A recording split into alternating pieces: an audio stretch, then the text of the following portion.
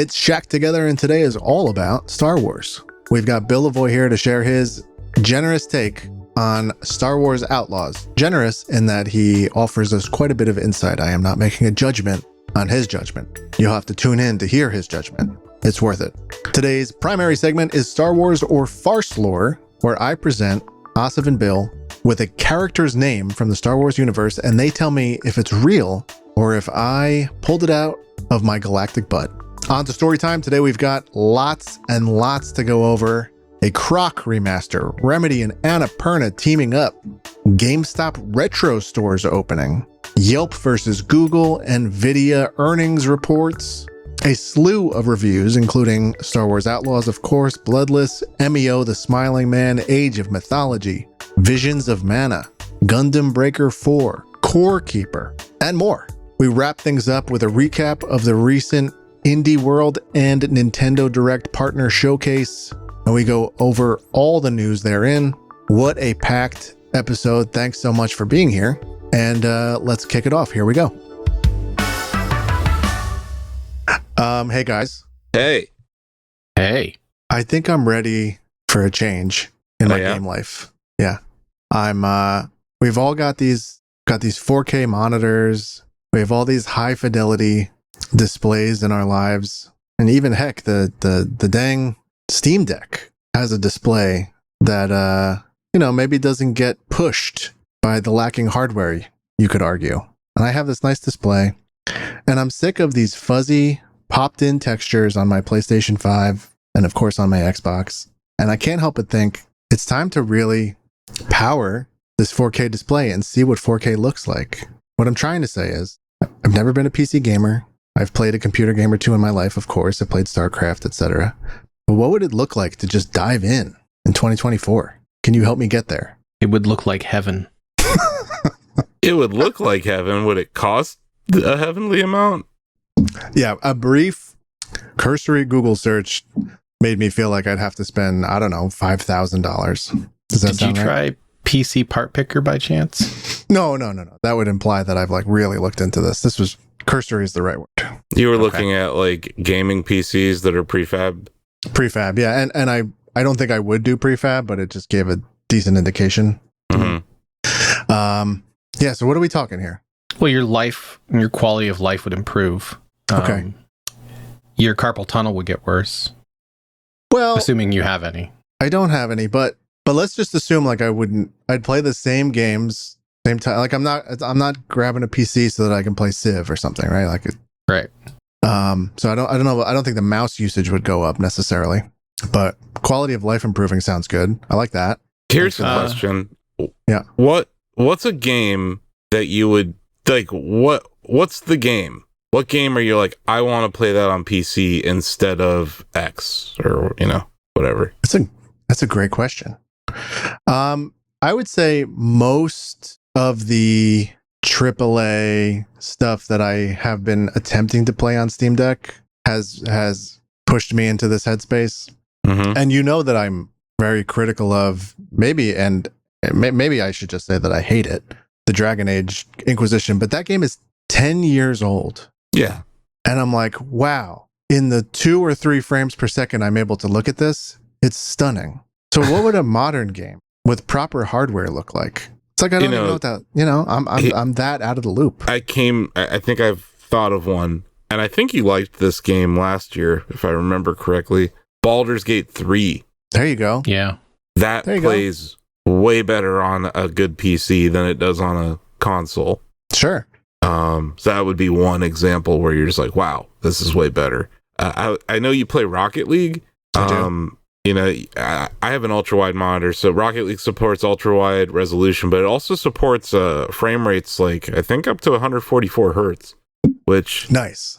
That does matter in games like Rocket League. So higher frame rate Rocket League, I could see you playing that. The problem is, well, no, you have cross progression now, so you could bring your Rocket self from Xbox to the Epic Games Store. I don't know if you remember the Great Rocketing of 2020, Joe, where we all had to choose our true Rocket selves. Of course I remember. That was a daunting day for me because I had to sit there and I was like, am I my Rocket League self on Steam, where I had like over 1,000 hours, or am I my Rocket Self on PlayStation where I had like 1,000 hours? And then I also had it on Switch where I had like, I don't know, an hour, and I even had it on Xbox where I had it. I played it for a little bit. I went with my Steam Rocket Self, and I don't regret it. Right. But yeah. So you're gonna have to do that, but at least you've only been progressing on one platform up to this point. But yeah, I think it sounds ridiculous because it's such an old game, but I really think that you would enjoy Rocket League on PC, mainly because of the performance.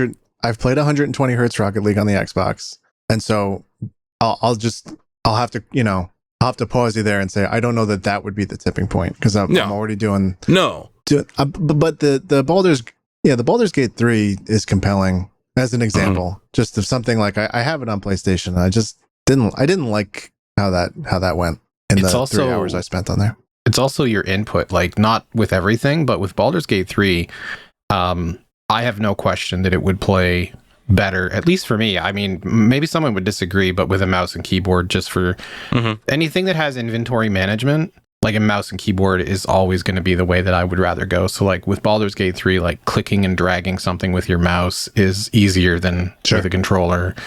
But I think you're right with AAA games. Like if you want to see these stunning 2024 games in the highest resolution that you can with the most frames, then yeah, I mean, that's going to be PC. I also feel like go ahead. I was saying, like, these are two older games, but in my opinion, they run best on PC. Tetris Effect and Red Dead Redemption 2. Like, it's not like Red Dead 2 made my PlayStation 4 sound like a lawnmower. Just the amount of heat that had to be dispersed, and that game runs infinitely better on PC. I mean, you just instantly get ray tracing with PC if you have a strong enough graphics card. You have to have a good graphics card, which goes back to the cost of this whole thing. Yeah. Like, I think there's enough stuff out there, Joe, and stuff that's coming out where you could do this. And also, I keep talking about how you don't really need an Xbox anymore. This is a key component to that statement. If you have a solid PC, you really don't need an Xbox anymore. And it's getting to the point where if you're patient, which I think you kind of are when it comes to game releases, you don't really even need a PlayStation for much anymore. It's true. Because, the Final Fantasy games are going to come out on PC eventually. Remake is on PC. Death Stranding is on PC. Like, God of War is, like Spider-Man. So in the long run, you'll end up spending less over time if you get a really high quality PC in 2024. Yeah. The one thing I'll say is that, like, we're kind of in between GPU generations. So you run the risk of buying a GPU and then Jensen Huang coming out on stage at like GDC or something and announcing a better one. But that's always going to be a problem when you build a PC. It happens to me every time. And like, I've been on the same GPU now for 2+ years, and or maybe I can't even remember anymore. I'm still rocking a 2080 Ti. Yeah, I'm at a 3080 Ti, and it's been fine. Like I've been running like the most, like Star Wars Outlaws. I had everything cranked to the absolute max, and it was fine. Like I was getting more than 60 frames per second all the time. So even if you don't get the newest new, you'll still be good. But so I saw you included this chatty post of the moment from Baron Calamity, where he asked how much RAM does everyone have on their gaming PC. Yeah.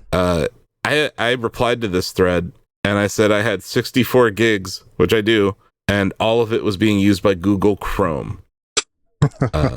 So the thing you got, you're a Mac user, and I don't mean that in a derogatory term. I just mean that you use Macs. I didn't take it derogatorily. I'm telling you that in the PC gaming world, it is used in a derogatory fashion, which I think is stupid. It's like console war rhetoric.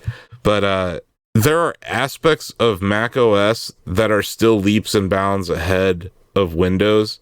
So, like, I would just caution you that you're going to be annoyed by Windows. It kind of sucks. And it's kind of getting worse by each update. Windows 11, I think, is a step backwards in a lot of ways. So I still haven't installed it. I haven't either. But, like, it's I just read about what's going on in it. And I'm not looking forward to it. it's funny, as you're coming back to the PC, or you're coming to PC, I'm actually like looking forward to an upcoming Apple event where they announce a new MacBook Pro, because I may move back to the Mac OS ecosystem for my like workflow. Sure. But that's not gaming. Like, you're not as powerful as the M whatever chip has gotten. It's not reaching parity for gaming purposes yet. Although a lot of really good games are coming over to Mac now. Like, I think Death Stranding's over there. Some of the Resident Evil games have been ported over. So it's, but they're just not designed for that, right? Like, it's not. You don't have these like wind turbines inside of Macs that can handle the heat that would be required. No, you're right. The thermal considerations of the graphics processor on their system on a chip is not even close to what NVIDIA is doing or AMD is doing with their ATI cards. Even if like the silicon could, I'm not saying it can, but maybe the silicon could, achieve some sort of parity, but not in the form factor that Mac or that Apple produces. No. I have two final thoughts on your possible PC transition. One of them's funny. I'll pause them and say, like, to be clear, we're looking six months. Mm-hmm. I'm not going shopping today. But go on. No, for sure. It would take you that long too, because it's a big step. It's definitely not something you want to do like from 1 week to the next kind of thing. That's huge. One of my thoughts is funny, which is that the second that you do this, especially if you get an NVIDIA GPU, you're then going to enter the Thunderdome of driver management, which is never installing the latest driver the day it comes out, because you have no idea what it's going to completely break in the games that you play. Sure. So you wait for all your buddies to install the drivers, and then if all their games keep working, then you install like 7-8 days later. Nice. And there's two kinds of PC players. One of them is Asif and one of them is me. Maybe there's 10, but Asif and I are definitely like in contrast, because I know Asif is a PC gamer, but he still enjoys his consoles because he likes to get away from the PC. Mm-hmm. I spend about as much time playing games on console in a year as I do playing games on PC in a week. So I'm like totally the opposite. Like when I turn on my PlayStation, I have like an hour of updates because I never touch the thing. My Xbox is not even, I don't even know. I think it's in a closet. So it's, I guess if you think you spend too much time at a desk now, you're going to be increasing that. Yeah. And that's something Greg and I have talked about, in the past on, videos and on podcasts, but like we kind of have a similar philosophy where it's like, I spend my entire day working on this computer. So at the end of the day, I don't want to come over to my workstation and play games. I want to chill on the couch. Yeah, that makes sense. So like Switch, for me, it's like Switch and PC are the perfect like peanut butter and jelly combo for gamers right now. Cause like Switch gets you exclusives, right? And they're exclusives that aren't legally on PC. And then like when you're frustrated, like there's no way in hell I would play. I know Doom is on Switch. Doom 2016 is on Switch. Yeah. No way in hell am I playing that on Switch. I'm playing that unless I'm on the plane and I'm super bored or something. But like, it doesn't run bad on Switch, but like, that's a game that's built for PC. Sure. So like, maybe the other thing that you're going to find, and I'm sure you've already found it with Steam Deck, is like, boy, they sure do go on sale a lot, these games that are on Steam. Yeah, it's true. And you build a backlog, and you never really dent the backlog unless you actually play it on a PC. Because I don't know about you, but like, what's your average play session on a Steam Deck? Like per day? Yeah, just in general. Like, how long do you play that before you put it down? Hour and a half, I'd say. Yeah, like, Bill, how long have you been sitting in a PC playing a game before? Like, for like 3 hours, 4 hours? More daily. Yeah. Well, not necessarily daily. But I'm saying, like, in one sitting, you could play, like, a Rocket League session that lasts longer than that, or you would get sucked into Baldur's Gate for 3 hours. You know what I mean? Like, there's just the immersion. I think the immersion of a PC gaming experience is better than Steam Deck. And I'm not saying Steam Deck's bad. I'm just saying the form factor leads to. But man, do I love the idea of the Steam Cloud and like going between the two. Yes. And for the record, I would definitely. I don't think I insinuate this, but to be clear, I am not getting rid of the Mac. Like work days on the Mac, that's taken care of. I would never dream of going to PC to work. Do you get and Sorry, go ahead.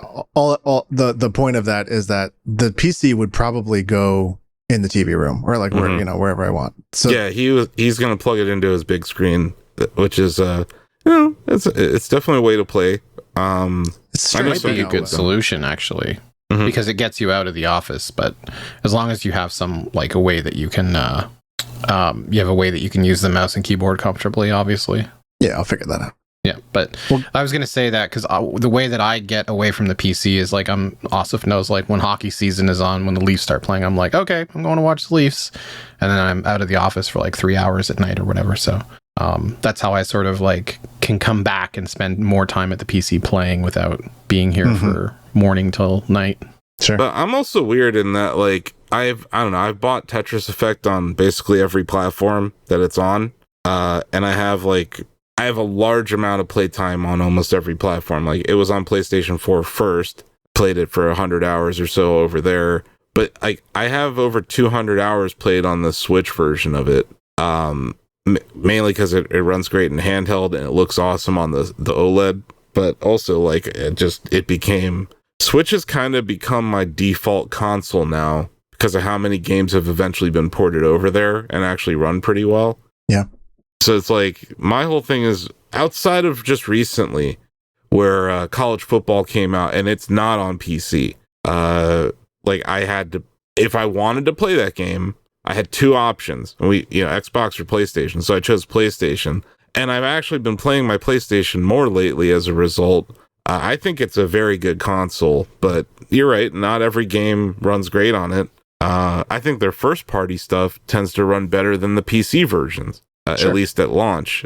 We saw that with The Last of Us, right, Bill? The Last of Us Remastered on PC was kind of a disaster when it launched. It was. That's interesting you say that because I've been playing it recently and it's good now. But to your point, that didn't help it when it came out. No, I'm just saying, like, we've seen some fumbled launches with these PC ports of PlayStation games that I would just kind of warn you about. Like, you're right to say that Final Fantasy will probably run better, but, it may still have the same crappy textures. Sure. They may just pop in less. I think I misspoke. I would sum up my frustration and my wish to kind of move on to something different. That like you had an Xbox original or a PS2 back in the day, and you plug it into your CRT, and I just don't remember thinking about the performance so much. There was some baseline performance that was achieved by console developers that is just missing now. I think it's because they also talk about how powerful these things are in all their marketing campaigns, and then you get them and you're like, that's not really that powerful.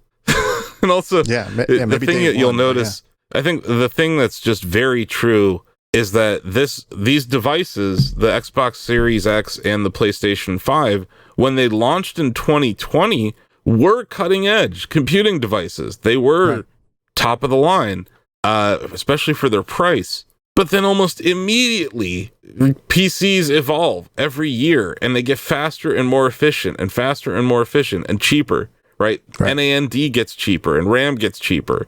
So yeah, I think it's performance is a moving target, and consoles largely stay static when it comes to their specs for years, and that's just not true in the PC market. So I think that's the other thing it's why Nintendo got out of the arms race. Yeah, and they were right to do it. And like you sit here, 3 generations later, and you're like, they were dead right. This was because, like PlayStation, it's not on the rundown, but like PlayStation launched Concord last week, and it's a ridiculous failure. And they spent millions and millions of dollars on that. So like, I think that the fact that they're so quick to bring games to PC now speaks to what you're talking about. And they kind of painted themselves into a corner by, talking about how great their load times were going to be, and like how you couldn't do Rift Apart on another piece of hardware. It seems like they've moved away from that in the last few years, and it's just kind of like, we made a game and now it's on PC too. Sure. But so yeah, looking forward to you. Yeah. Yeah, me too. This is going to be like an ongoing discussion, I think, on the podcast. I'll try and keep it brief next time, but thanks for indulging me. Yeah, that's a warm open. Nice. and cozy.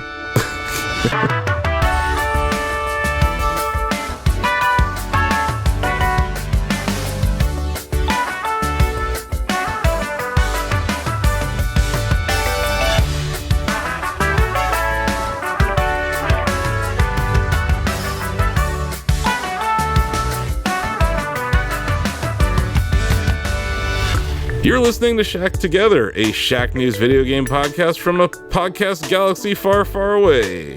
I'm your Jedi Master host, Asif Khan, and today I'm not joined by my co-host John Benjamin, he's out there using the Force somewhere. Yeah. But I am joined by our producer and future PC owner, Joe Stasio.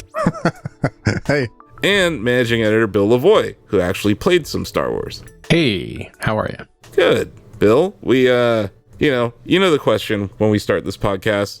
It's, what have you been playing lately? And in this case, I need to know about Star Wars Outlaws. All right. I definitely have been playing Star Wars Outlaws. I played it for review for Shack News. I gave it an 8 out of 10, which I still believe is a very fair score. And I actually enjoyed my time with Star Wars Outlaws, but I think that is because some of the ways that it was frustrating to other people didn't really bother me as the type of player that I am. I like stealth games, and Star Wars Outlaws has maybe 10 to 12 instances through its campaign where it forces you into a stealth situation. And if you fail that, then you fail the encounter. Like, there's no real way to get around having to like sneak and be quiet and be patient and whatnot. So that doesn't bother me so much, although I did recognize it as something that I knew would bother people.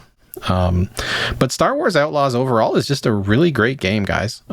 It is a fun story about a down on their luck scoundrel who doesn't particularly have anything interesting about them in terms of they can't use the Force, as your example that you used. They don't have lightsabers. It's just them and their blaster and their little pet Nix, and you just make your way through the galaxy trying to, I guess, make a better life for yourself, if that makes any sense. And it's the first Star Wars game I've ever finished. Wow. That's, yeah. I have fallen off every other Star Wars games I've played. I know people won't agree with this, but I have never had a lightsaber battle in a game that I was like, this feels good. So yeah, I agree with that. Yeah. I have to stop you, man. Are you telling me you haven't beat the Rogue Squadron games? No. I not even beat. I'm certain I haven't played them. They're great. Let's throw it out there. Those two games, one for N64, one for GameCube. Two of my favorite Star Wars games, Bill. But we've talked about this before. I didn't play games before 2013, really. And also, you're not like a crazy Star Wars fanatic either. So it's I have not seen all the movies, and if I have, I don't know that I have because I don't know what all the movies are. Mm-hmm. I think I've seen the big six, and then a couple maybe after that. You saw a Yub Nub, right? Where they blow up the Death Star for the second time, and all the Ewoks have a concert on their planet. The best. I don't remember. That's the best. You've seen Yub Nub. Yeah, I don't that's remember. All that matters. But that's kind of the thing. That's where Star Wars ended for me, by the way, in my head canon. Was it one of the first six movies? Star Wars ever? Yes, as the sixth movie. Oh, then I've seen it. Yeah, I definitely seen the first six. No, I know. No, you've seen Yub Nub, man. I'm telling you. I'm not a Star Wars guy. I know a little bit about it, but I also don't focus on it enough that I don't make silly little lore errors with Star Wars. And I'll give you an example that is pretty funny that Asif caught. Yeah.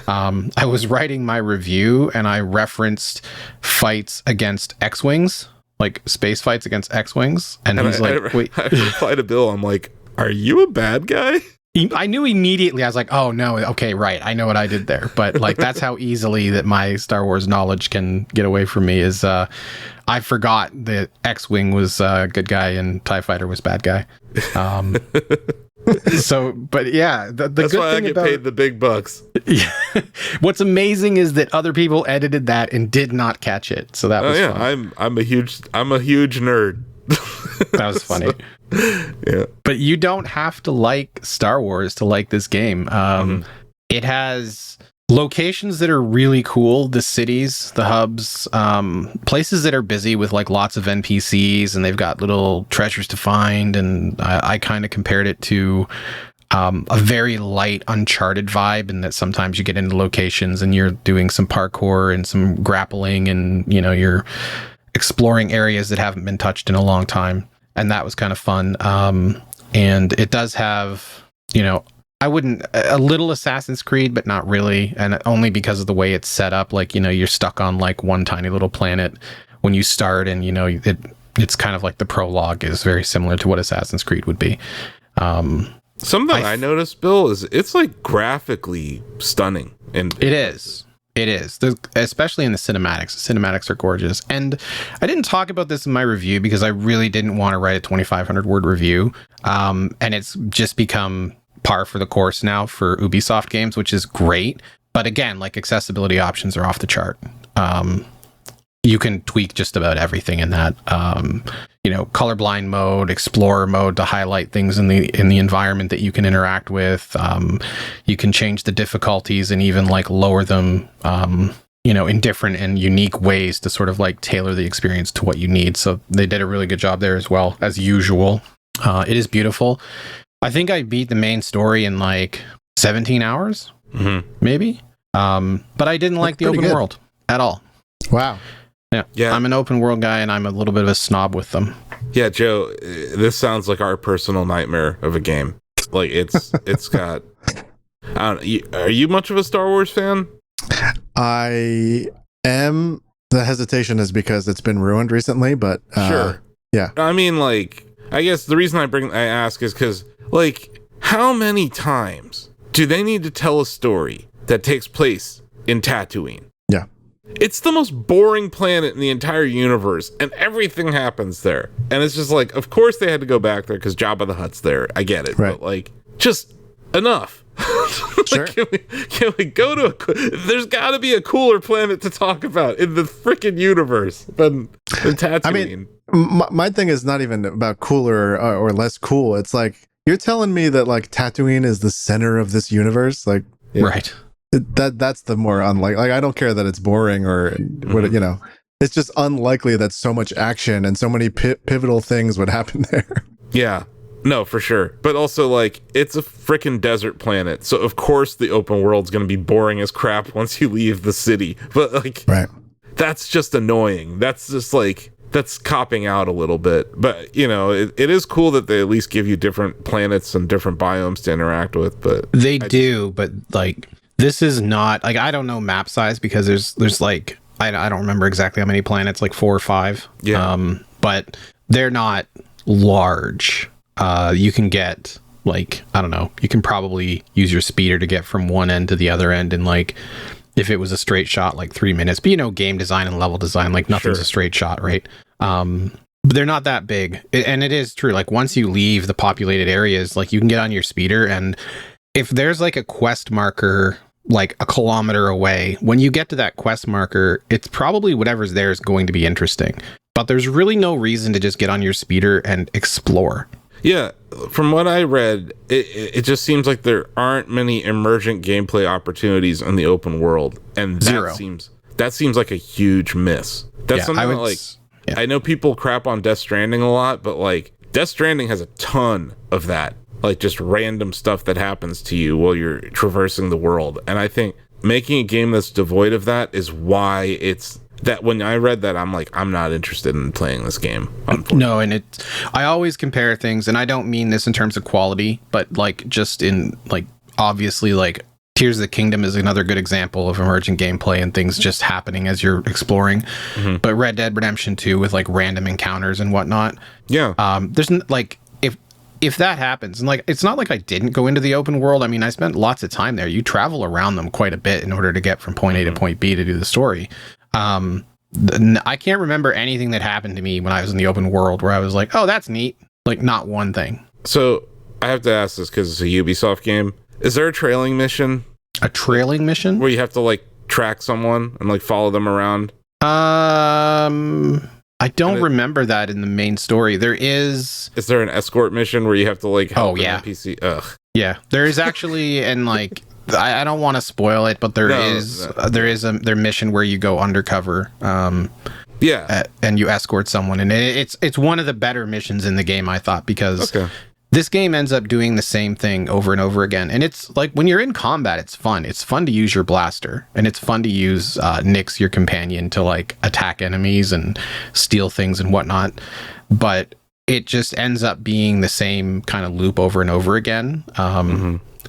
As an example, I think The Last of Us did a very good job as a game of varying intense moments with quiet moments. And if that makes any sense, if you remember playing through that.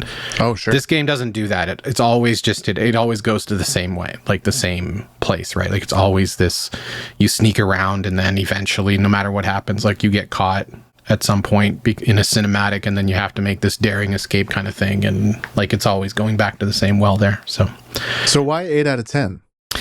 Because the story was really great. I was invested in the characters, the main character and the companion. I think my review is titled Anything for Nyx, which is the, I don't know how to say the word. I can't even remember the word, but companion, Nyx. pet. Yeah, it's just a little pet. I think, honestly, Bill, your lack of Star Wars fandom, for lack of a better term, like, I think it's a reason why you enjoyed the game more than some other reviewers. Because probably, I think I speak for myself at least. I'm burnt out of the Star Wars franchise. I don't want to consume any of the video content that they're making right now. I'm like, I'm good. I didn't watch. I know The Mandalorian is like good by a lot of people's standards, but I didn't watch Acolyte. I didn't watch Andor, or like I didn't watch Solo. Like I haven't watched. I didn't even watch Rogue One. Like, I'm kind of just done. I feel like Star Wars ended with that 9th movie for me.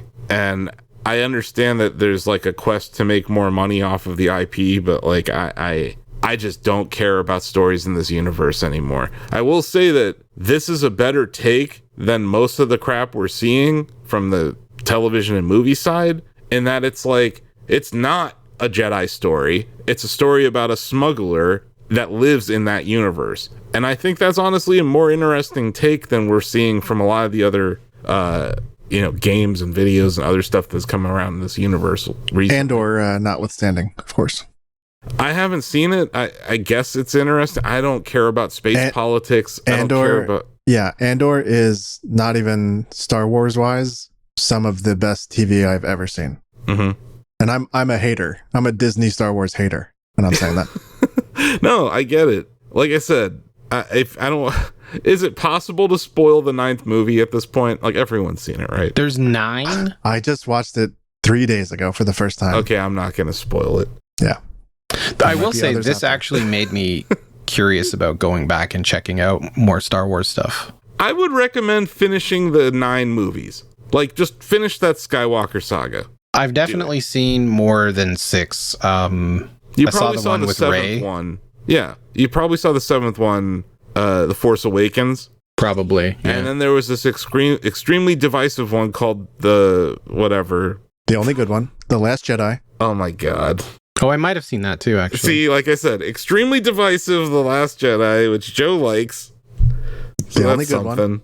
And then I may have seen them all. And then there's the last one, The Rise of Skywalker, which is one of the worst films ever made. Are these all on Disney Plus? Yes. Yeah. Okay, I'm gonna go figure out. I'm gonna have to Wikipedia all the Star Wars movies, and then I'm gonna have to make sure I've seen them all. But like this actually made me want to watch some more Star Wars content. Now I'm sure that's going to change the minute I start watching Star Wars content. I'm sorry that it made you want to watch it, but no, like we're not going to talk about that third trilogy. That's a topic for another podcast in another universe in another galaxy far, far away. We're not gonna talk about what Joe said, because I disagree, but we're not gonna talk. Wow. Okay. Hey, fair enough, dude. I'm not gonna. Nope. Just not gonna say it. It's all opinions. It's all good. I really like Carrie Fisher, and I just wish they handled her death better. Not her death in a movie. I'm talking about her actual death. The actress's death. Sure. Could have been handled better. Yeah. No question. Yeah. So that's what you've been playing, huh, Bill? It is what I've been playing. And Joe, it says you're still playing Final Fantasy VII Rebirth on your PlayStation 5. On the PlayStation 5, I'm in Chapter 11. If anybody's familiar with Final Fantasy VII Rebirth Chapter 11. Famous bankruptcy chapter. That's funny. Well done. Well, this chapter of this video game is bankrupt of creativity and fun. So, damn. That's dude, it's been the pendulum watching you play this game between I hate this game and hey, it's not that bad. It's just I think it was Ozzy a couple weeks ago was on. I don't know how he phrased it, but it's like, yeah, I just have to finish. Like this is my Star Wars of my 30s is Final Fantasy. Yeah. And so like it doesn't really matter that it's bad, and it is bad. Like that part's objective. Like the game is bad. The game is 300% the length it should be. But I'm gonna see it to the end. What have you been playing?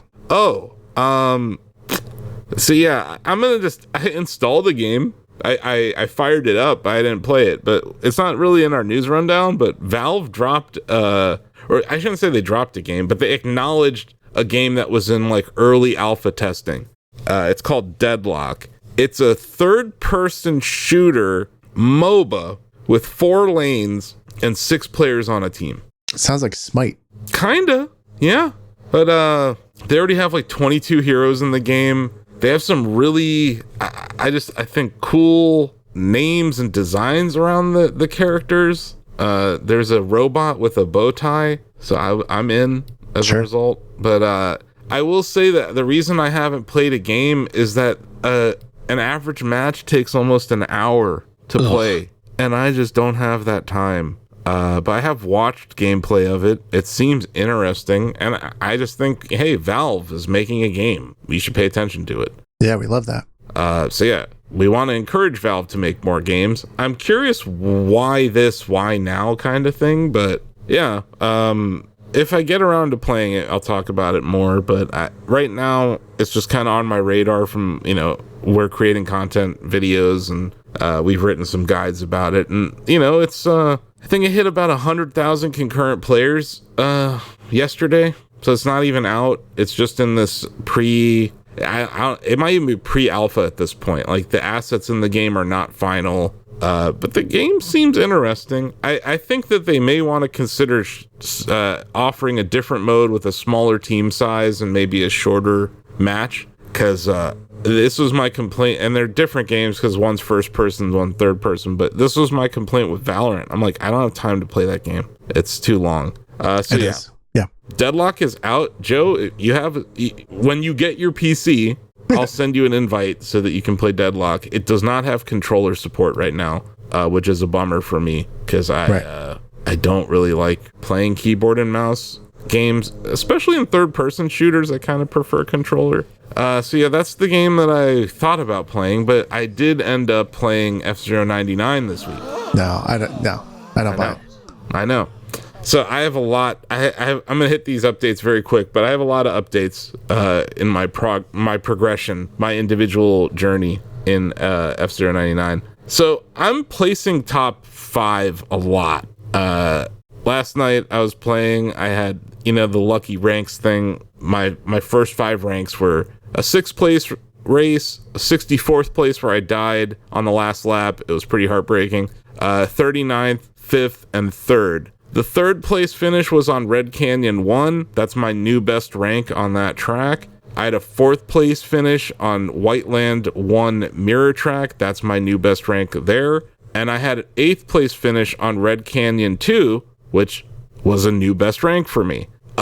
Because they love this game over at Nintendo, they actually added a new mode last week, and I didn't get to talk about it last week, but it's called Machine Shuffle Mini Pre. And it was on over the weekend. So here's why I hate this. And I didn't play it. Oh no.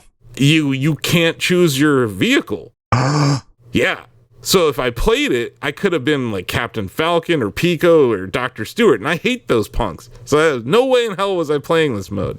So I fired up on the weekend, and I'm like, well, I guess I'm going back to that other mode, F-Zero 99. For the 10 minutes that Mini Shuffle Machine Shuffle was active. So this might be the first time they've done anything where I'm like, nope. But yeah, A for effort, I guess, you guys. Other people seem to enjoy it, so I might just be broken in my Samurai Goro standum. But yeah, so I also went on to play a classic mini pre, placed 5th overall in a classic mini pre. I had it's classic mode, but 3 races in succession. Mute City 1, I placed 5th. Port Town 1, I placed 6th. Firefield, I placed 4th. I set best times records for each of those tracks in classic mode during that mini pre. I also completed the King League Grand Prix for the first time ever. I was a 19th place on Mute City 3, 11th place on Deathwind 2, which was a new time record for me. 15th place on Port Town 2, 8th place on Red Canyon 2. I mentioned that earlier. And then Firefield. I finally finished Firefield in a Grand Prix for the first time. I finished 11th place on Firefield, and that led to me being 10th overall in the King League Grand Prix. So I finally did it. I finished a race on the 15 original race tracks in the game. So I don't remember Firefield being how much has this come up? Did I just blank on this? Well, the problem is there have been so many different variants of the Grand Prix that I haven't had the King League in front of me very often. So, there's the Mirror Grand Prix, there's the, the firework event that happened. That was Queen League. So, there are three standard leagues in the Grand Prix mode, but now there's 3 mirror track options. So it's just there weren't many opportunities. And I've gotten to the 5th race of this Grand Prix multiple times, but I think I try, and I'll talk about this in a second, but I die on Firefield a lot because I'm trying to get first place, I see. You got to race risky. Exactly. So yeah, this is the first time I've actually completed a race on Firefield in a Grand Prix mode, which means that now I can practice on it. So I've unlocked all 15 practice tracks from the original game. At the time that I actually progressed that far in the Grand Prix, I hit my highest rank ever. I was ranked S5 for about 3 minutes last night. It was glorious, and I fell back down to S4. I'm really struggling with this, and this is anyone who's been listening to this podcast and listening to me rant about F-Zero 99 for, 29 episodes. It's this balance of using your boost power as much as humanly possible without dying, right? And I was talking to Bill about this. I've been in first place in the middle of a race more in the last month than every month combined previously. So I'm racing better than I ever have, but it's this balance of, if I just didn't use the boost one time, maybe I would have made that last turn kind of thing. And also I've moved up in my rank, so I am racing against better people, but yeah, it's that balance has been a difficult one to strike with me right now. So here are some of my rivals of the week. I thought you'd like this one. Dot Matrix. Thought that was a pretty good one. Just like our ticker. Yeah, right. Pastry Dough. Thought that was good. Nice. Punk Rocker, but it was RAWK, which I thought was pretty sweet. Hero F Time, but it kind of is like Hero of Time. Okay. Scoop with a K. And Snob SN capital lowercase o capital B. And during we had this during a Grand Prix, we had this race where it was me and my rivals were 5, 6, 7, and 8 in the race, and I was number 6 overall. So I thought it was funny. The game was very good at putting us as rivals because we literally all were right in a line at the end. So I thought that was pretty neat. I am still playing the team race mode.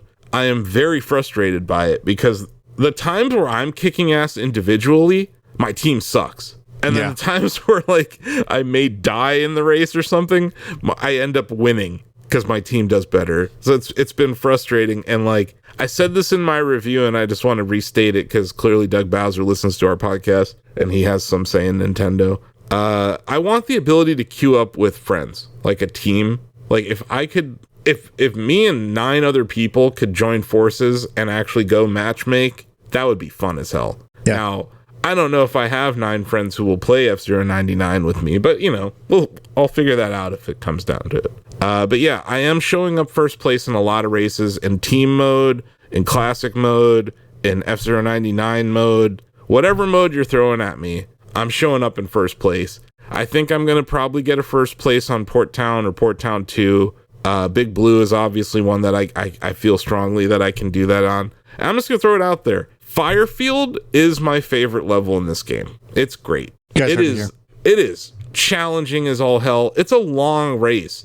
It's the longest race in the game. My best time is like 3 minutes and 17 seconds on it. I love it. The song's awesome. The design is great. It's just awesome. It's like the Rainbow Road of F-Zero, it sounds like. It is, in the sense that it is like it's at the end of the last Grand Prix in the original game. And it's that, like, you really have to step your game up if you're going to win that track. It's very hard. But yeah, there's your F-Zero 99 update. Pretty stacked with different things that happen. And I just wanted to highlight that even though I'm not winning, the game does a very good job of letting you feel progression. And still feel rewarding. And yeah, I'll keep playing it. Awesome. That's it. I think that's all for what we've been playing. Yeah. Except that there's one more game that we haven't played yet, and that's coming up. Yeah, that's coming up next. Sweet.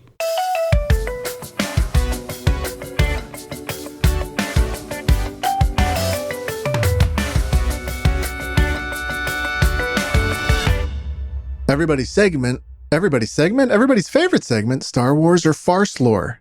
Okay. That's right. It's Star Wars or Farce Lore. You're going to say fart lore by the end of this. I might, except that I'm not, and you might, because here are the rules of Star Wars or Farce Lore. Well, before the rules, here's the premise. I am going to read a name, and you are going to determine whether it is a name that exists in Star Wars canon, movie, game, etc., or if Joe made it up. And how we will handle this game is there won't be any buzzing in. I will alternate between Bill and Asif. See, I finally got good at my buzzer, and now he's removing it from the game. It's just a coincidence. The buzzer will be back. Listen to last week's episode, folks. I was on point with the buzzer. You were. Yeah, you nailed it. That's true. So anyway, I will read a name. You will decide if it's Star Wars or Farce Lore. And the most important rule of this game is that answers must be delivered as either Star Wars or Farce Lore. Answering in any other manner will not be recognized and will result in an incorrect response. Wow. Okay, is this just characters, or is it characters and locations? No locations, all characters. Okay. I'm gonna get murdered here. I mean, maybe. I doubt it, because there's no way anyone listening has heard of half of these. You also have a 50% chance of being right, Bill. Yeah, we'll see. We'll see how it is at the end. We'll see. Yeah.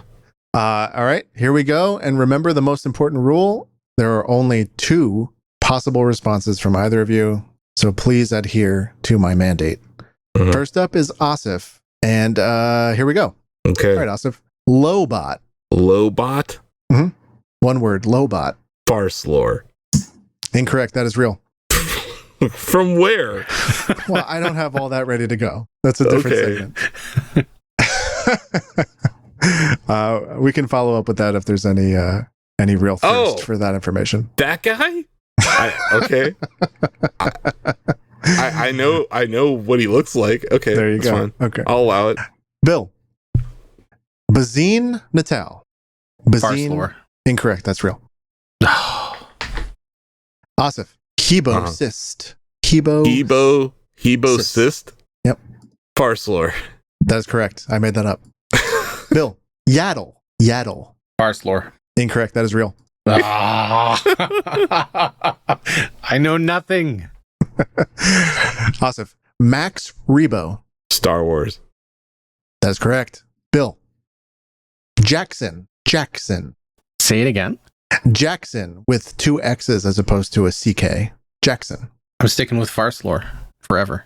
Incorrect. That is real. That's two my X's answer should have forever. been. Yeah, I had a feeling, but I'm trying to game the system on predicting Joe's rhythm of correct and incorrect answers, and it's going badly. Yeah, so far it's going badly. Asif. Uh-huh. Whoa, Nayana. Whoa, Nayana. Farce Lore. That is correct. I made that up. Bill. Mass Amida. I'll get one right eventually. Farce Lore.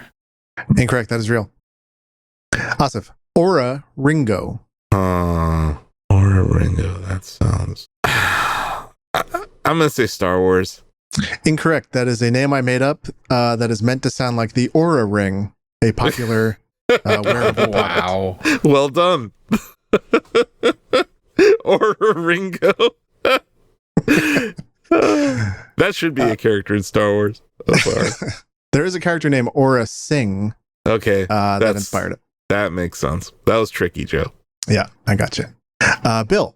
Zuckus. Farce Lore. Incorrect. That is real. I was going to say that. I was like, that sounds like Star Wars, but there's no way he's given me this many real ones. There's no possible way. Bad game. Way. He's definitely doing it. He's definitely giving me every single one as Star Wars. Yeah. Frankly, I'm going in order. Okay. That's crazy. Asif. Rascal Flax. Come on. Rascal Flax? Rascal Flax. Like, come on, man. Farce Lore. That's correct. I made that up. Rascal Flats, baby. Except that I hardly made it. I'm like, is he really making this? There was reference? a non-zero chance that stumped someone. Not me. Not you. Fair. It was close, though. Life is a pod race, is what they sing about. Bill. Embo. EMBO. Embo. Farce Lore. I'm never going off that answer. Incorrect. That is real. Every single one is real. Oh my god. I think maybe I chose real on the first answer and got that wrong. But other than that, every one of my answers, I've chosen Farce Lore, and it has been real. This is rigged. Oh, it's rigged. It's not rigged. hilarious. It's not rigged in my You're favor. You're rigging it. You're like the guy who takes the SAT and just puts B down for everything, and then is like, that was guy rigged. gets a higher score than me. Maybe. Maybe. Here we go. Asif. Yep. Eth Koth. Eth Koth? Eth Koth. Star Wars. Correct. Bill.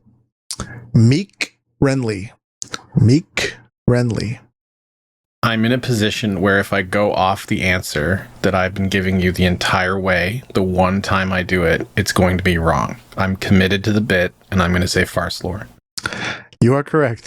that one is You fake. did it. I was really close to saying Star Wars on that one, and I was like, I can't do it because I know I will get it wrong the first time I do that. I'm too far down the rabbit hole now. There's no saving it. No, that's not true. It's 5-1. 5-1. No, I don't mean by score. I mean with like my approach. Like I'm committed to it at this point. There's no pulling back on that. That's insane. Awesome. Here we go. Quinlan Voss. Quinlan Voss. Star Wars. That is correct. Bill. Zori Bliss. Zori Bliss? Zori Bliss. Zori sounds good. Bliss sounds fake. That's not great. I have no idea, so I have to say Farce Lore. Incorrect. That is a real character. Zori. I was good on Zori, but Bliss seemed weird. Yeah. Awesome. Ansel. Deep cuts. Ansel Nazarin.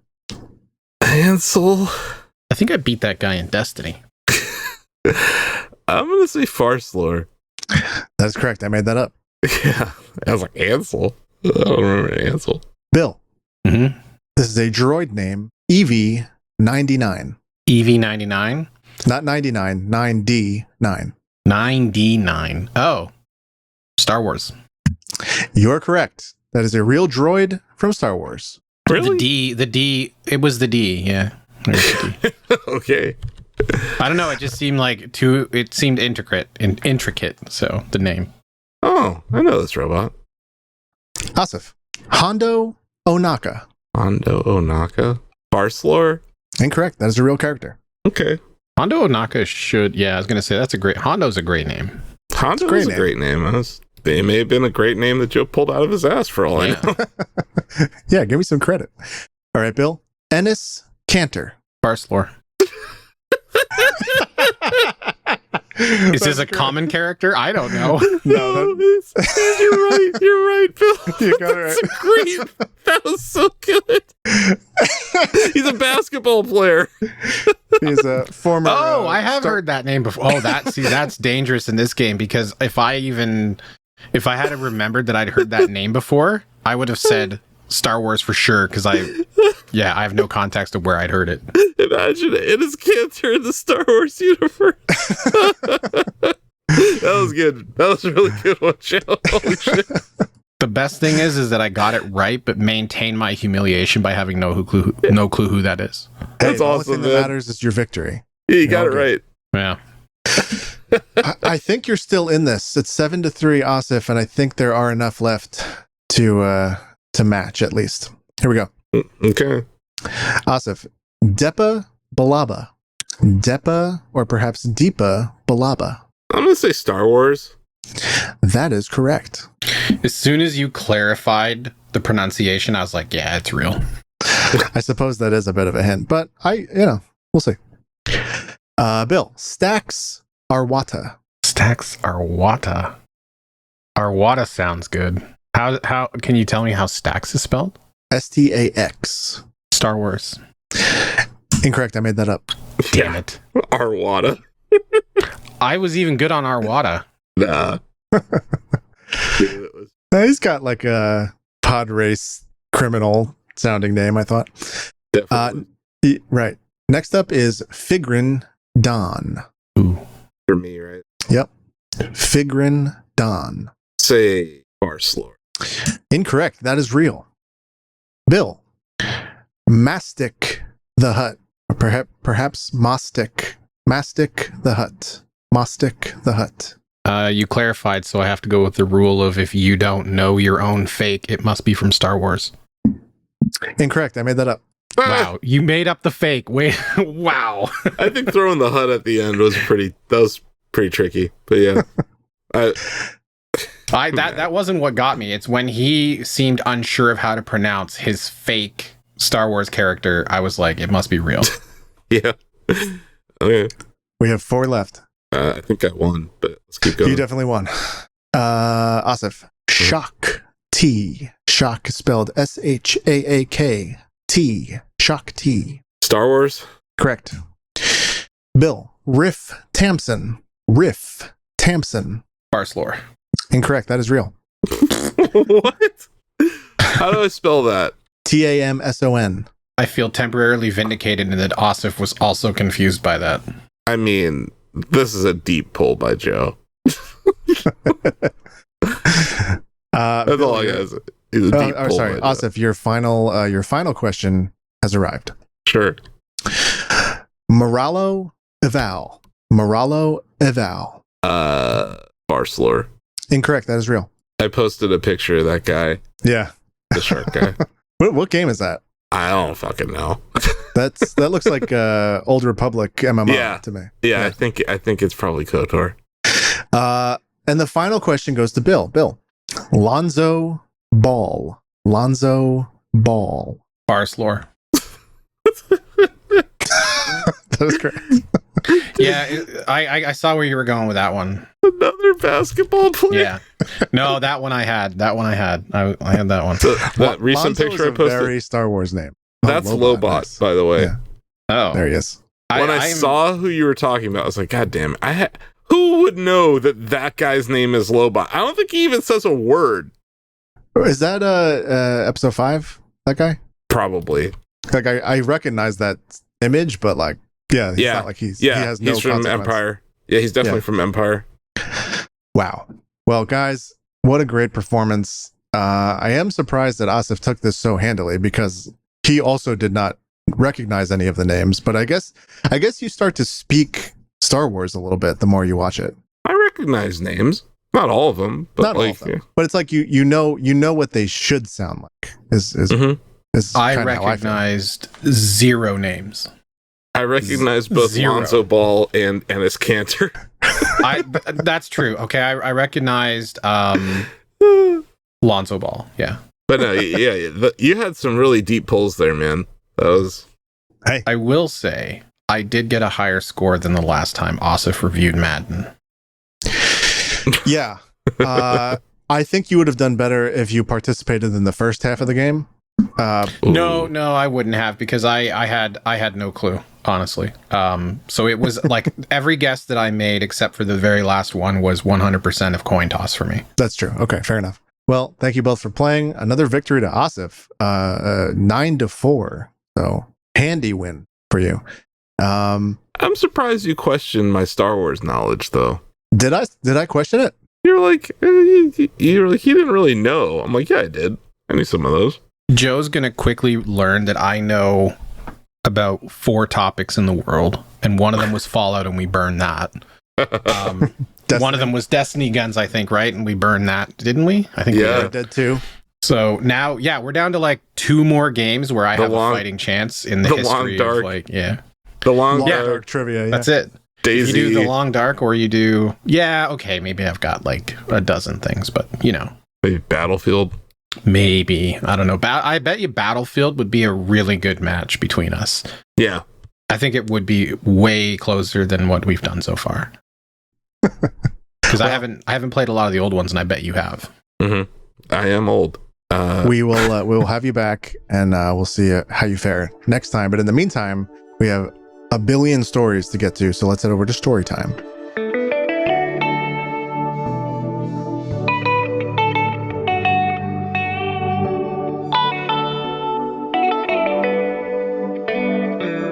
Welcome to Storytime. Let's dive into the latest stories from the past week. Holy crap, there's a bunch. I'm going to hold us to being quickie with the quickies. So here are your quickies.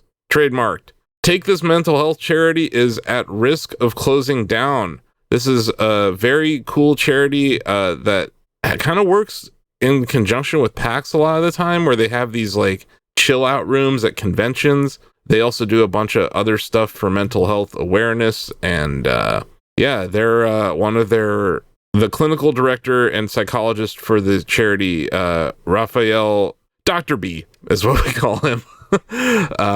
He posted to social media that Take This is on the verge of shutting down if they don't raise $80,000 by the end of September. So I want to draw attention to this charity. They do great work. They've been a huge part of the gaming community. And if you can, consider donating to them here in the next month. And if you can't, maybe just share the story and some other people can step up and help. But yeah, they're a great charity. They do great work. I feel like mental health is one of those things that is not really talked about very much in the gaming society and in American society. We support them and what they're doing and hope they can turn this around. For sure. Next up, this is a weird batch of stories, you guys. Croc Legend of the Gobbos remaster was announced by Argonaut Games. Hell It looks kind of awesome. I used to love this thing. This was a favorite of mine.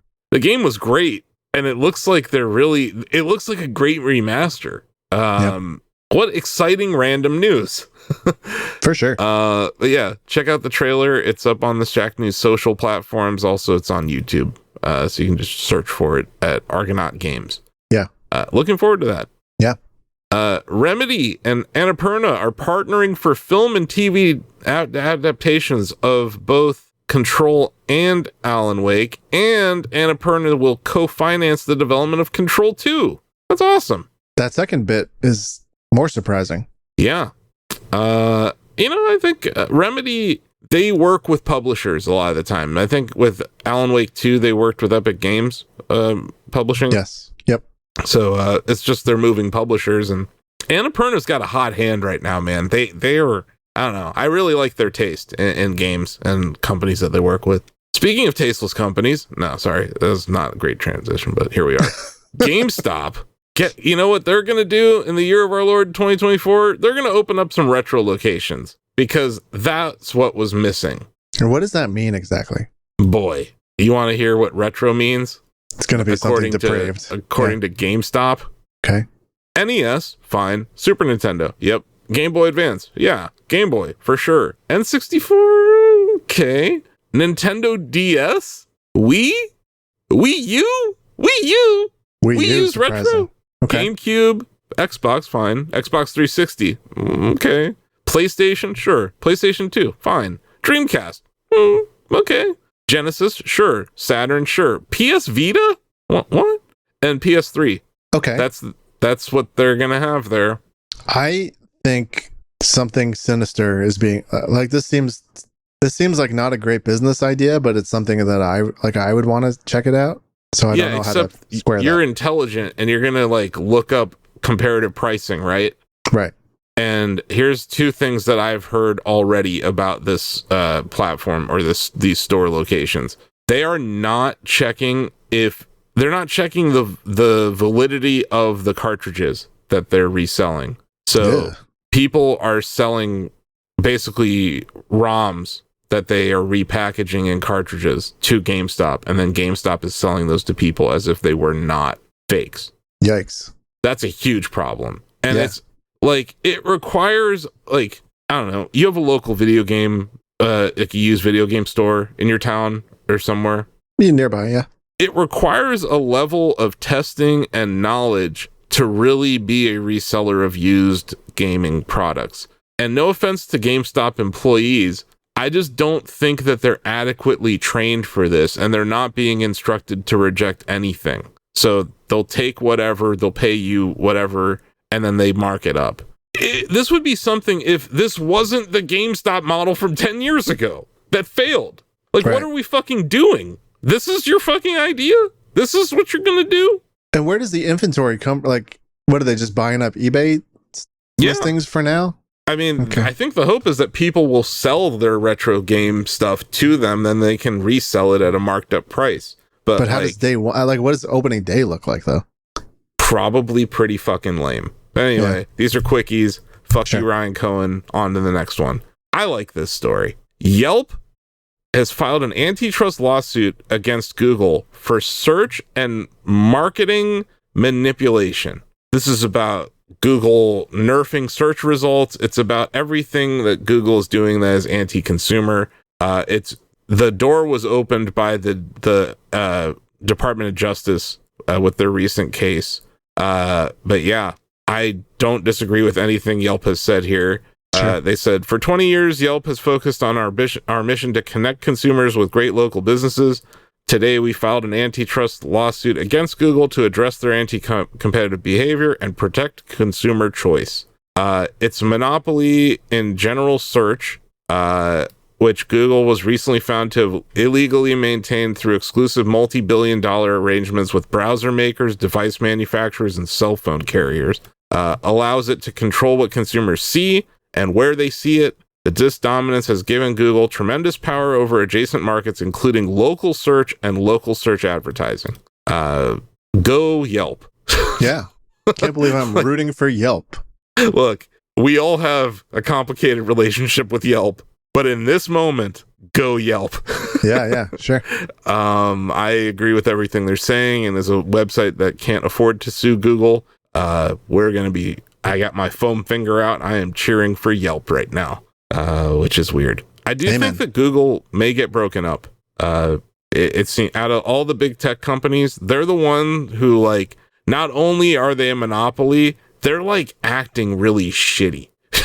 Like, they're, the battle with Tim Sweeney that they lost, right? And now, like, Fortnite's on Android again. It's just nice to see Google taking L's. Sure. And we're just going to hit this real quick, but NVIDIA reported earnings yesterday. We're recording this on a Thursday afternoon here. NVIDIA's doing very well. They reported $30 billion in revenue in the quarter. Their margins are over 75%, which is ridiculous. They did miss the Whisper expectation for the earnings per share number, so the stock is down today. It's still up a ton on the year. And CEO Jensen Huang said that demand for their products in the AI space are still really strong. it's like 26 billion out of that 30 billion came from data center revenue. Wow. And, 10, 20 years ago, many people thought of NVIDIA as they were the GPU company, right? They made 2.9 billion in their gaming division. So it's just kind of wild to see that their gaming division is now 10% of their revenue. Wow. They're doing very well, though. And they're kind of at the heart of this AI revolution that we see. So, yeah, that'll do it for our quickies. But now we have Storytime Reviewza? It's trademark? A portmanteau of Review Palooza that I thought you'd appreciate. Oh, Reviewza. God, okay. Yeah, I'll allow it. We talked about Star Wars already. Bill did give it an 8 out of 10. And normally I don't want to refer to Twitter at all on this podcast, but when you review a game and you say something nice about it, there's going to be an idiot that appears on the internet that claims that you were paid for the review. But not only that, but someone claimed that we gave it an 8 out of 10 because we are an alt-right website. I kind of miss the idiot that tells us that we're paid. I know, right? I want to go back to that timeline. Anyway, okay. Apparently, if you like Star Wars games, I don't even know. The mental gymnastics required to make that statement were really stunning to me. Anyway, we reviewed Star Wars. Check it out on the front page of Shack News. Bill put in, solid amount of time over the past week to play it, and he enjoyed it. And I think that it really does come down to that Bill is not burnt out of Star Wars like many other people are in this industry. I might have given that like a 5. What I mean? It is a good game. It's just that it has a lot of that Ubisoft extra stuff, But like, if you just cut it down to like playing the campaign and the story, I think it's really good. Yeah, and the cute pet, like I would have probably bumped it a point or two because that pet is adorable, and you can feed him and do all sorts of stuff. So yeah, we also reviewed a game called Bloodless. That is it's like a beat 'em up kind of game. I think so. Oh yeah, 3D Realms published this. This is like one of those smaller indies that 3D Realms published. So the premise and the gameplay are complementary. Counterattack is a cool, distinct mechanic. I love that. And when a counterattack is done well in a game, it's always fun. Yeah, one of the pros he mentioned was the unique visuals. It's like definitely a retro looking game, but it seems like it plays pretty cool. Got an 8 out of 10. Yeah. Not bad.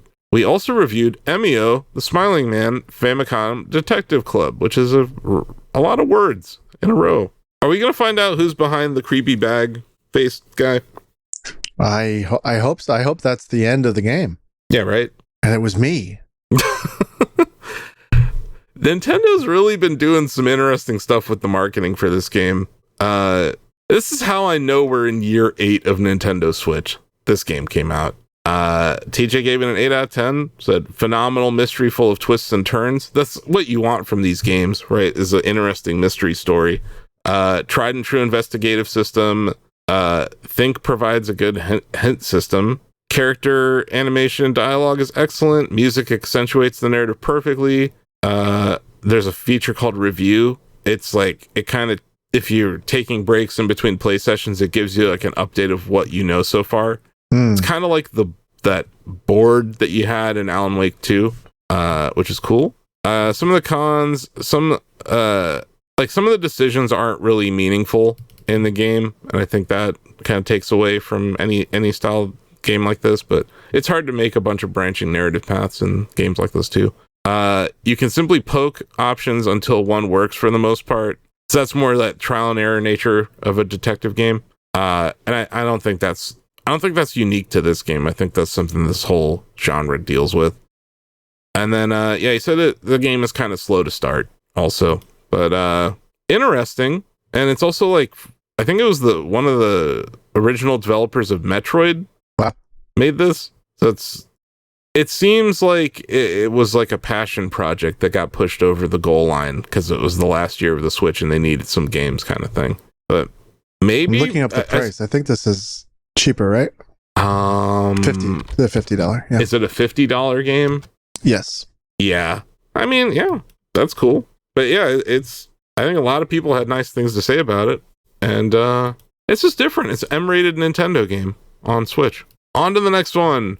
We reviewed Age of Mythology Retold. Josh Broadwell reviewed this game.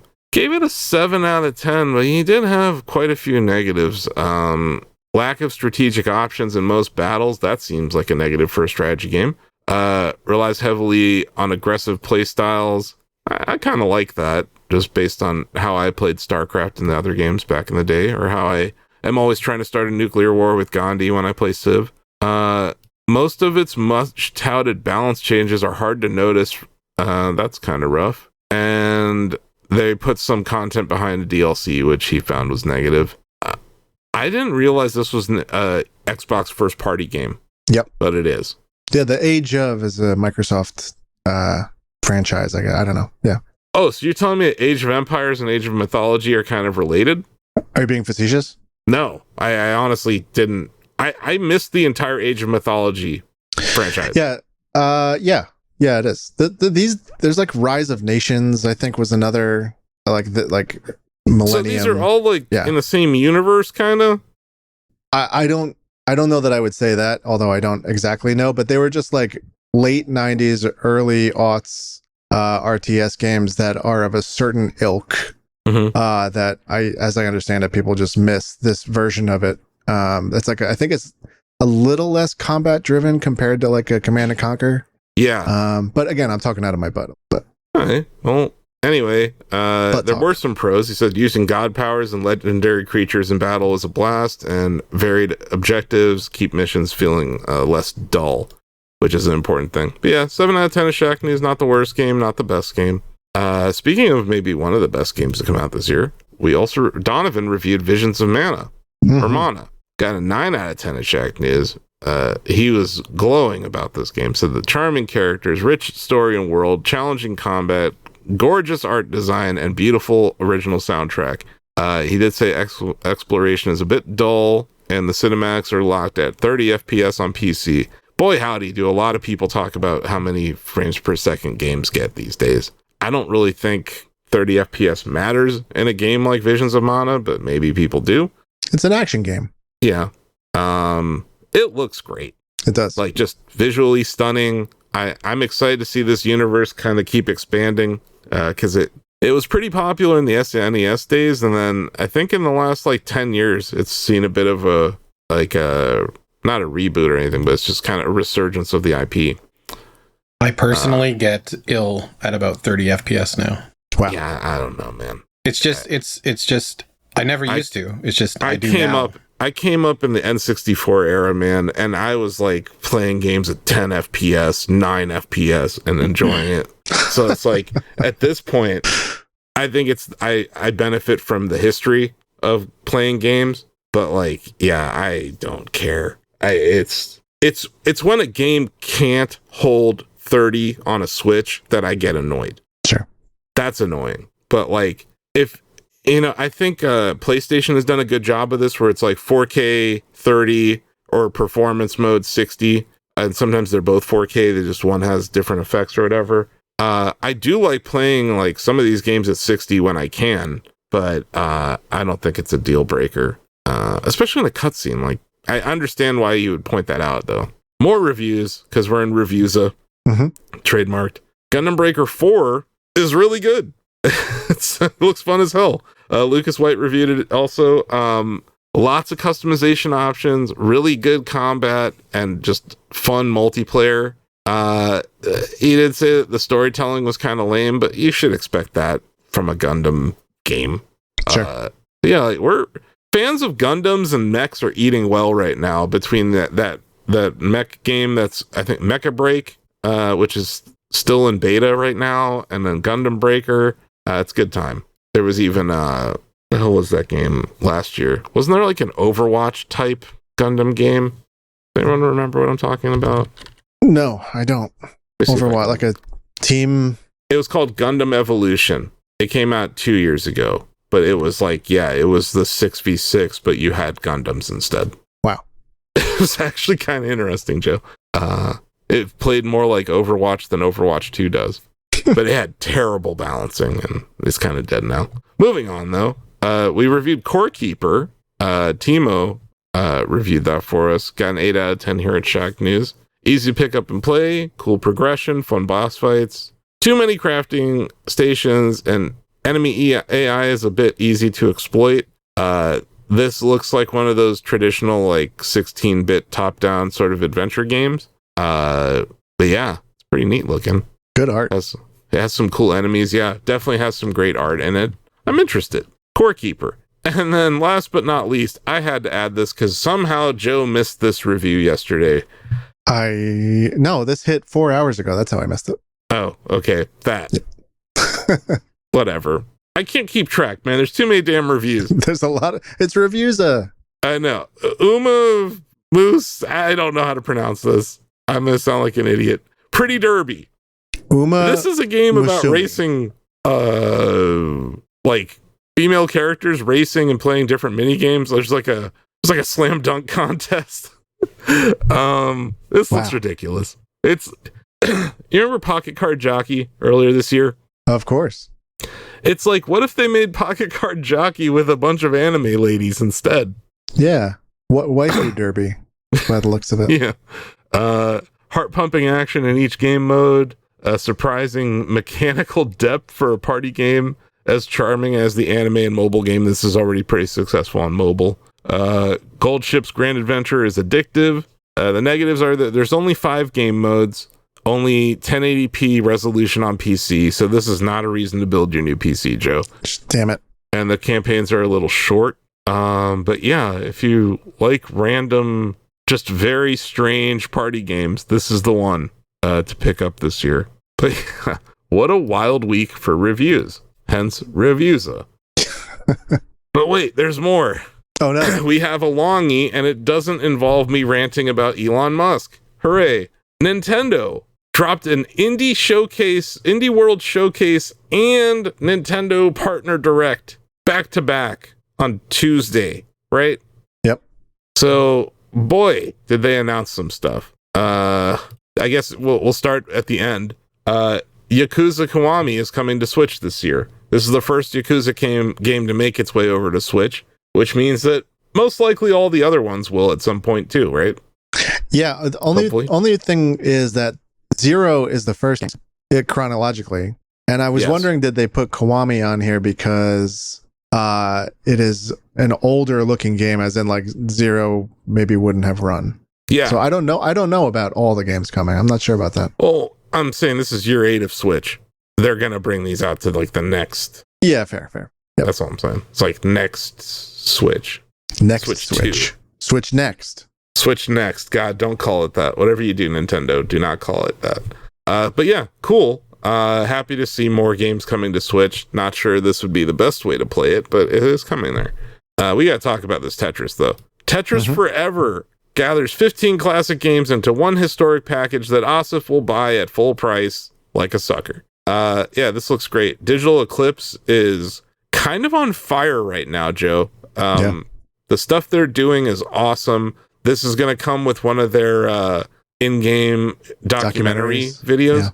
Yeah. So you get to see the behind the scenes for Tetris. Tetris is celebrating its 40th anniversary this year. It's one of the most important video games ever made. And this comes with honestly my favorite version, which is the Nintendo, like the NES version of the game. I believe they're calling it the Famicom Tetris. I loved that game. Just a quick story about it. I had a Power Glove. I got it for my birthday, and when I set it up and my parents saw how lame it was, they made me return it. But what did I get when I returned it? I got Tetris for NES. Wow. And my life was never the same. So yeah, as a Tetris fan, I am going to buy Tetris Forever, and I'm sure a lot of people will. It's great. Definitely. It's a great game. It'll be cool to see the evolution over the different titles. But honestly, like, the Switch is just, it's home to some of the best Tetris games ever now. Like, you have Game Boy Tetris in the Game Boy app, right? You have NES Tetris in the NES app. You have this Tetris Forever coming out. You have Tetris Effect, and you have Tetris 99. It's an amazing system for Tetris. And you have Puyo Tetris 1 and 2. Don't forget. Correct. Yeah. All they need is Tetrisphere. What is that? Boy howdy. is it the weirdest Tetris ever? Imagine 3D Tetris. I can't. I know. I can't do it. It was for N64. It was weird as hell. But yeah, we're going to move on because we have so many of these things to talk about. Sea of Stars got some DLC called The Throes of the Watchmaker. It's bringing new classes and characters to the game. And they let off, I want to say they let off the indie direct or the indie thing with this, or it was, yeah. It was in there. It was early on in that. Another thing they announced, I don't see in the rundown, but worth mentioning, Power Wash Simulator got some Shrek DLC coming to it. I love Power Wash Simulator. I didn't realize it was an indie game, but yeah, it was published by Square Enix, but it is an indie game according to Nintendo, which is why it was an indie world. But talk about some like huge crossovers, right? You got Shrek. I think there's Ghostbusters. There's a Final Fantasy like level in Power Wash now. Yep. That game's great. You want to hear about another great game? Yes. Pizza Tower. Pizza Tower is launching it's out. It's on Switch, finally. Because they won't make a Wario Land anymore, so now all we have is Pizza Tower. But yeah. Take what you can get, right? Game is great. And now people on Switch can play it, so that's great. It was a Steam Deck darling last year, so it's kind of funny to see it come over to Switch now. Kind of like Vampire Survivors, which leads me to this next story. Dude, Balatro, did you see this update? They're doing crossovers with The Witcher 3, Vampire Survivors, Among Us, and what was it? Dave the Diver? Wild. Friends of Jimbo update out now, and it's free. Love Balatro, still my game of the year right now, and it just got better. Yeah, I'm planting my flag, man. That is, I don't care about AAA budget, blah blah blah, quadruple A game. No, the gameplay loop of Balatro is the best I've seen in a long time. It's masterfully designed. The card designs are amazing. The balancing of that game is outstanding. It's just so fucking good. And now it has some of my favorite indie, like I don't know, Vampire Survivors and Balatro combining forces. That's dangerous. It's dangerous for me. Yep. I like Balatro so much I haven't played it in a month, because when I open that game up, I won't stop playing it until I beat it again. It's that kind of game where it really pisses you off. And yeah, I don't know. It's a great game. Yeah. Crazy announcement, dude. Did you see the Castlevania Dominus collection got announced? Mm-hmm. And they're bringing 3DS games, DS games to the Switch. And I think they answered a question that I've had for a while. How do you bring a DS game to a single screen? They did it. And I think it worked because they didn't really use touch mechanics very much. It was more like menus, but it looks cool as hell. It does, I hope other other DS games that may not have used the touch controls are able to kind of learn from this, because this could be huge for future ports. But I'm just happy that Konami remembered that they make video games. So yeah, good on them. That looks like a pretty sweet, I don't know what you call it, collection. And then, boy, did we get some JRPG news. Suikoden 1 and 2 HD remaster, that's coming out in March of next year. Did see a lot of like, hey, this game's coming out next year announcements. Sure. Also got Capcom Fighting Collection 2 announced, which it has Capcom vs. SNK, Capcom vs. SNK 2, Project Justice, Street Fighter Alpha 3, Plasma Sword, which is wild, Power Stone and Power Stone 2, and then it also has Capcom Fighting Evolution. But looks pretty damn sweet, man. Like, fighting game fans are Power Stone 1 and 2, dude, on a Switch. Yeah. Like, wild. That is how you get GOAT status to me. It's like, okay, you released F-Zero 99, now there's Power Stone on your system, there's a Monkey Ball game. Like, what are they missing at this point? And then, oh, by the way, Marvel vs. Capcom collection, like, yeah, I don't know. Fighting game fans are eating extremely well, except on Xbox, where they are extremely malnourished. I love that these games are coming out for PlayStation and Switch and not Xbox. That's an interesting message being sent from Capcom. And then you said you didn't see a story for Trials in the Sky, the first. I believe that was because it was only mentioned during the Japanese Nintendo Direct. I don't think that's true, but because I watched the Really? local broadcast. Yeah, I think so. Am I totally Did they not off base? post a trailer? Oh, listen, I'm not trying to call out Jack News. I just wanted to mention it because well, I played the current version of that game a few years ago. You know what it was? It was featured in the Japanese Direct, like with its own trailer.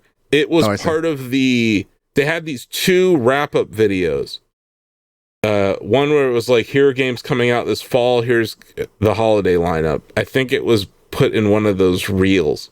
Oh, like the montage. Yeah, I think that sounds right. Yeah. That's what happened. And that also happened with Worms Armageddon Anniversary Edition, but then they dropped the trailer after the Direct. Yes. I love Worms. Worms Armageddon's great. I'm buying that without even thinking for a second. That's instant buy for me.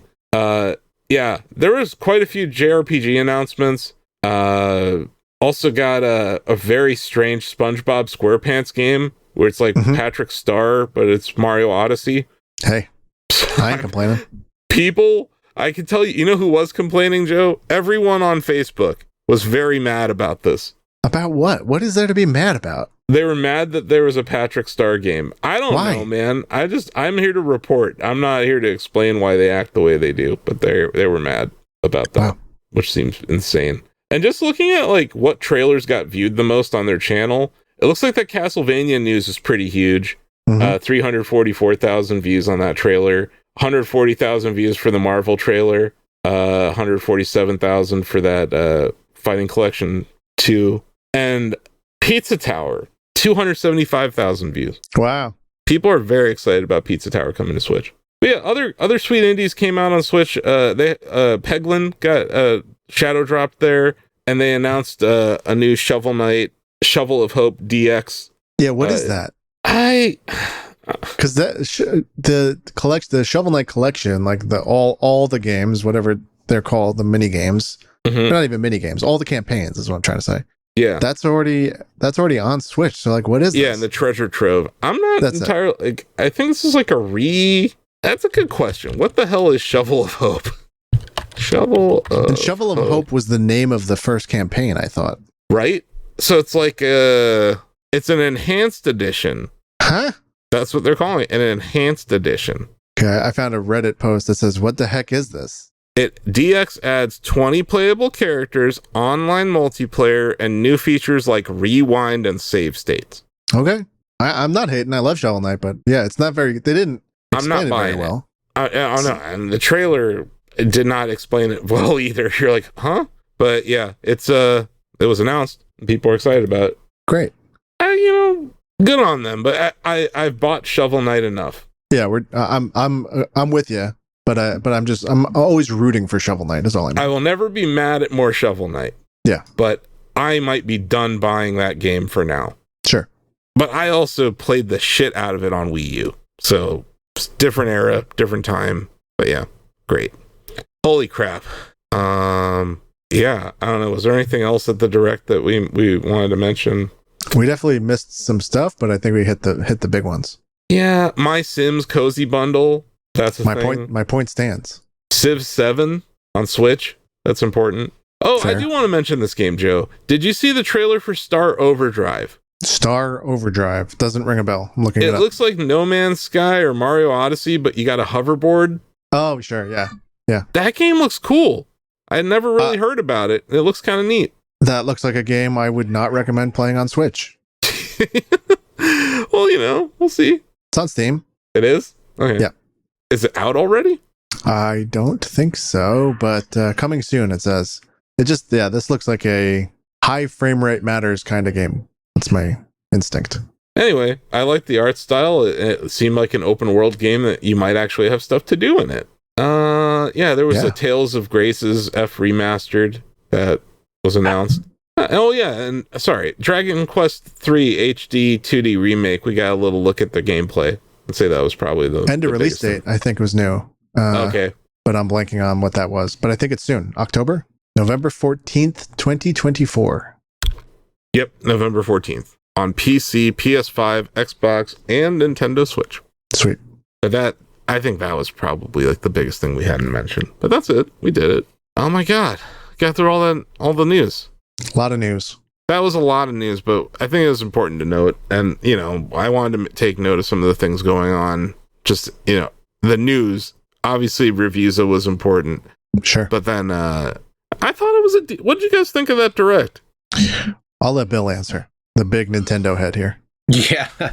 It wasn't full of stuff for me. My big takeaway was I am going to be very interested to see how Civ 7 runs on the Nintendo Switch. That, right? That's interesting to me. Yeah. Because that's a big game coming out on Switch. Surprising. Yeah. I'm shocked, to be honest, because people don't realize it, but Civ can put some pressure on a PC. Yeah. So just the amount of characters on screen, the amount of stuff happening at any given time.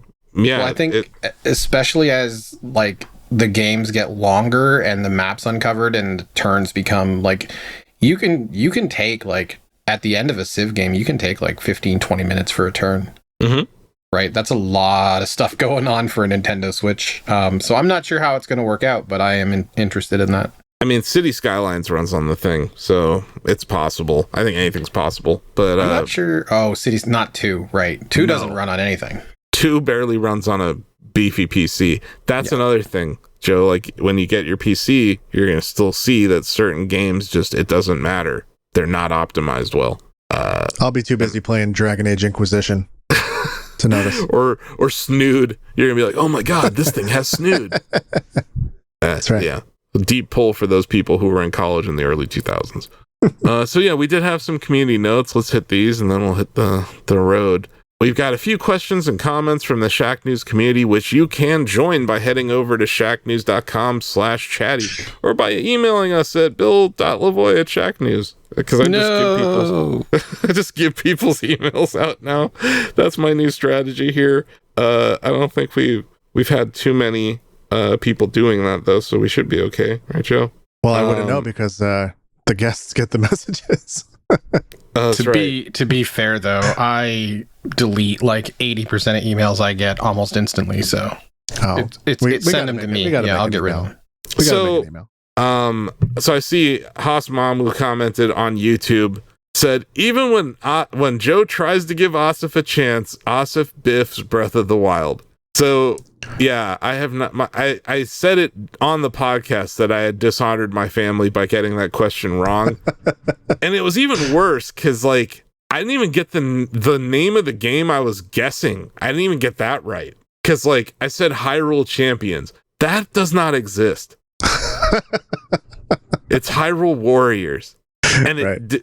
So once again, I apologize to my family for getting that question wrong, even though I won that entire game. You did. You had Quake on the mind. I don't know what I had on the mind, man. It was just, I just missed it. Breath of the Wild is one of my favorite games ever, so it's insane. And then Evil Danish replied to our chatty thread for the article for our episode. And he said, Asif may be getting tired of talking about Microsoft, but I'm always looking forward to hearing his take. Shockingly, Microsoft did not trip on their dick this week. But stay tuned to next week, and I'm sure they'll do something stupid. Yeah. But yeah, we took the week off of me crapping all over Microsoft. I do want to say real quick, Elon Musk is in a legal battle with the country of Brazil right now, and it seems likely that Twitter, known as X, is going to be pulled from the entire country. You're not going to be able to use Twitter in Brazil if he does not meet their legal demands. So it's a huge mess. And instead of actually trying to fix the situation, he is posting memes that are being generated by his AI chatbot called Croc. Yeah. I know. Anyway, fuck him. And I feel bad if anyone made an account over on Twitter from Brazil. Like, it just sucks. You build a following, and you know, some people, their whole careers are tied to these things. So sure, it sucks. Yeah. Yeah. Anyway, it's still a dumpster fire. You're not missing anything if you're not over there. But that'll do it for the show. We did it. Thank you, Bill, for joining us here in the Bill. Shack News Extended Podcast Universe, or the CPU, as the kids call it. Are they still calling it the CPU? Let me just check this ticker. I got all over the floor. There's just paper. So let me just hang on. The ticker went crazy during our Star Wars trivia game. Yeah. Yeah, people were getting really okay. It says they still call it the Sipu. I don't know why that's on the ticker every I don't know who's surveying. Yeah, it's probably a Gallup poll. Right? Okay. Yeah, I guess that sounds right. So I do want to say this before we go. If you made it this far into the episode, you probably like our show, so you should leave us a review. I was talking to Haas Mamu yesterday, trying to tell him how to leave a review. It's not easy. You have to find our show page inside of a podcast app. I'm talking about on iOS. And then you have to scroll past every episode, past the trailer. Yep. And then you have to hit, there's this purple and on a white background button that says write a review. You have to do that. You have to give us 5 stars, which, by the way, thanks to everyone for giving us 5 stars so far. We haven't run into the review bombing yet, but give us time. I'm sure our alt-right website will get right on that. But yeah, if you by some miracle make your way to the Shack Together page on podcast app, leave us a review. It really helps us become more visible out there. And yeah, thanks to Mamu for trying. I don't think he actually succeeded, but he did try to leave us a review. Hey, we appreciate that. So yeah, out there, if you're out there, try to leave us a review or just comment or just share the podcast with people. It will help us reach more and more people. But that's it. We did it. Wow. That's going to do it for today's show. Subscribe on your podcast app of choice. Probably the podcast app on iTunes. Or not iTunes. That's the whole problem, man. They got rid of iTunes. It's a big confusing mess. Yeah. Yeah. Anyway. Rabble. Steve Jobs is dead. And tune in every Friday for more Shack Together. Shack Together tends to go live on a Thursday night, but then the article goes live the next day. So you have multiple chances to interact with the podcast on shacknews.com and on social media. So yeah, that'll do it. Thanks for being here, Bill. Thanks, Joe. Thanks, everyone. This is where we wave at the camera and say, we'll never forget you, Lobot. Bye. Thanks for listening. Bye. Thanks, Bill. Lobot. Lonzo Ball. Lonzo Ball, dude.